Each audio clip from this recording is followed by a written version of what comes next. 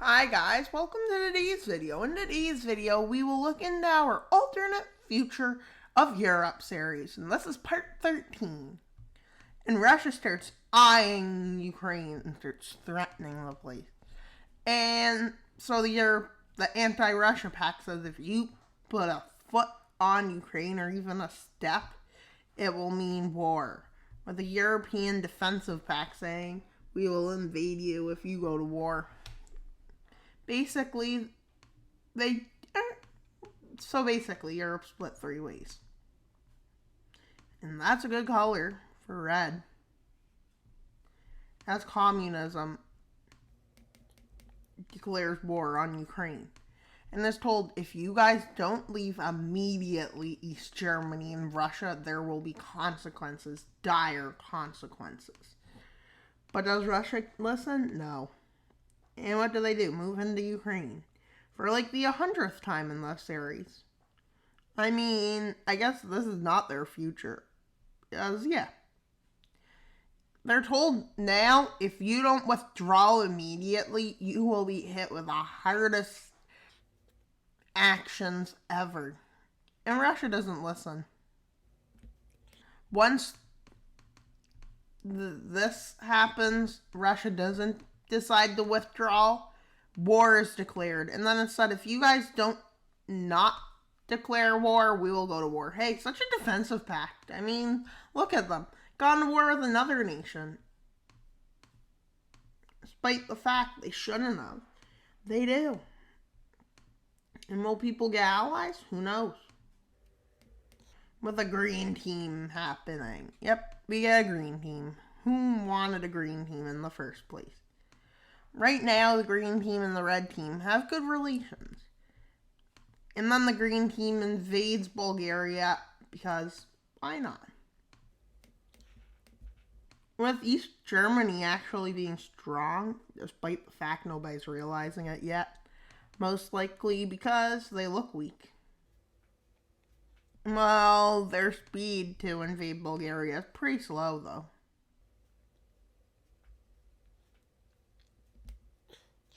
With this huge encirclement being made and falling, Bulgaria has fallen. With Romania making a push up into Hungary. With East Germany making a push across the north of Poland, all the way to Russia. With Russia moving all the way across. With them moving into Czechia successfully. They were pushing Poland going strong. And then they started pushing Ukraine. No, not Ukraine, Finland. That's really off. And yeah, maps are just great. And yeah, this kind of happens. They land here. Finland wasn't ready for this. But Europe knows what happened last time they allowed tyranny to come. Although the green team doesn't care, basically,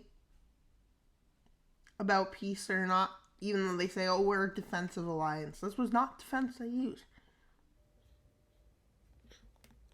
With northern Italy deciding to join the blue team's help, along with Austria and Bavaria. England stays neutral. Spain and Portugal join the blue team. Which didn't make any good happen. It just made them probably weaker.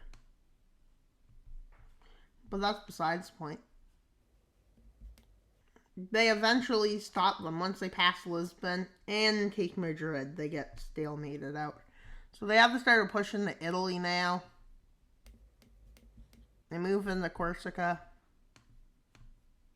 as part of the northern Italy. Southern Italy gets Sardinia, I think. With Albania joining for the re-liberation of Bulgaria. Well, the re-liberation of Bulgaria is already happening, yeah. Their hold has gotten really weak in this area. And then But they're not over yet. They make an offensive into Ukraine. And for some reason or not, they do this. Russia's infuriated at this and declares war on the team. Romania getting in trouble, basically. And with them deciding an offensive into southern Turkey and Kurdistan is a good idea. With them deciding to make themselves stronger. And they move strong in the Ukraine. Eastern Ukraine, really. And the blue team makes a new technology, basically, which is like a tank, except it makes really high heat that can melt stuff. Yep, that's interesting. So the blue team uses it, tests it out, and what do you know? It destroys the front line. With France still defending itself, Germany moves this technology in as they encircle this French area and take it. Well, they took Paris, really. They take this area, but they won't tell anybody else the technology, but they'll give them it. Like their allies. East Germany continues into West Germany now. And Bavaria. But Germany's quick to move some of this, make more of the laser tech, which takes a few years, but they also move some of them over here. And to their surprise, it destroys East Germany, unfortunately. With everybody using this to their opportunity, like Czechia, Austria, Poland, all using this as a good time to knock them out of the war. And the Soviets, now seeing one of their stronger allies fall in on itself, and they take Kaliningrad with this technology. With them sending some to the Iberia, and Iberia uses it against south areas. And yeah, it's really used successfully. And then this area surrenders, while they kick France out with using this technology even more. France's army is losing like 20-1 men because of this weapon. With them being pushed back to here, they are then kicked out of Italy because Italy gave a test on this technology, and Italy uses it and pushes France back. But they still can't get peace out of the green team, so they use it on the Romanian front. They move some of it to Yugoslavia. And into Poland to push down south. And is gave to Ukraine, which, to Russia's surprise, is very effective. And it's been about 5 years, so they have another set of them gotten, but they were making it every year, so they'll be getting it every year now, which is always great. With Greater Romania collapsing. And then once the green team is kicked out of Bulgaria, they start questioning, is the peace deal going to be fair or unfair? France already gave up on fighting the war, with them deciding to give the green, after taking Istanbul and moving down here, and landing here, the Turks decide peace with the blue team might be the best idea. So the green team signs peace with the blue team, and to get out, are going to lose their alliance. Russia also joins this treaty to get some land out of the green team. But this isn't going to stop the Eastern fighting. It'll stop the green teams fighting anyone. So yeah. Spain and Portugal expand significantly in the neighbors. Galicia joins Portugal.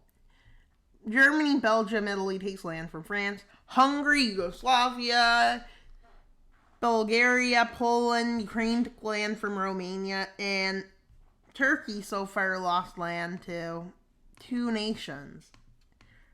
They also, I forgot to mark some of the land they annexed, but we can do that quickly on camera, I guess.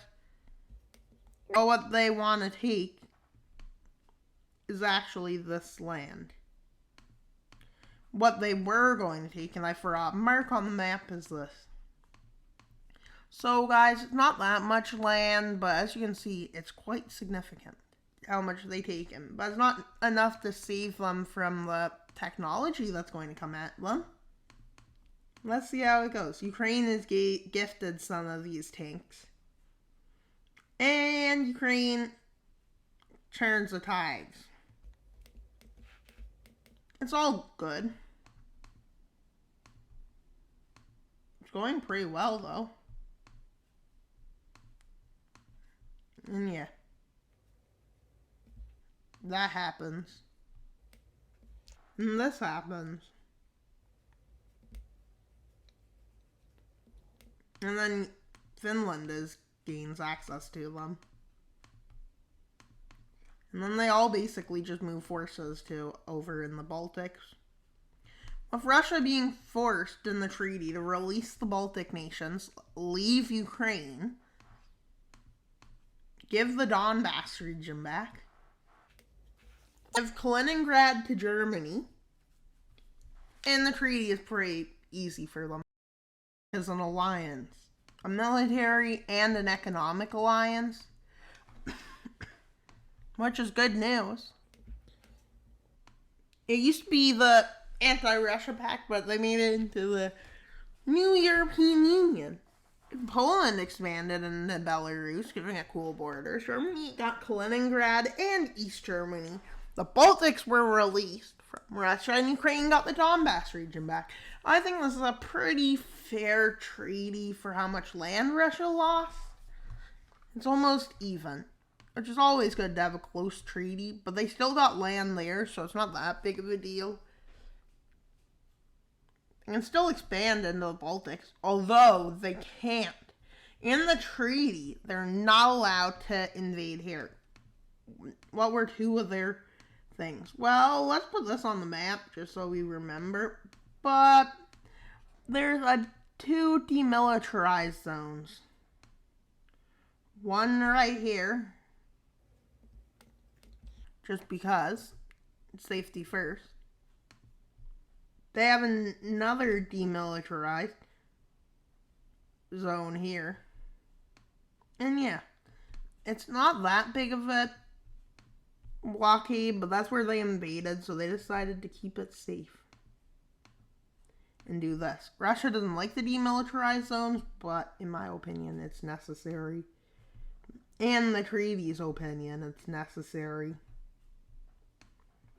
And so, it's a pretty fair treaty overall. And now, guys, let's talk about subscribers. So, we're at 598 subscribers. My goal is 600 by the end of the year. So, could you please subscribe? Also, I have some good news to tell you. We're at 598 subscribers, which means we're 2 away from 600. So, if you could, please subscribe, as we have 2 left. Yeah, our goal by the 1st of July, and our next goal will be 800 subscribers by August 1st. Can we do it, guys? I think we can. So, if you could, please like, subscribe, comment, and emphasize please subscribe, and please like, and please leave a comment. So, you do that. And that's all for today's video. Wild Mapper out, but not until you show engagement and subscribe. That's all for today's video. Wild Mapper out.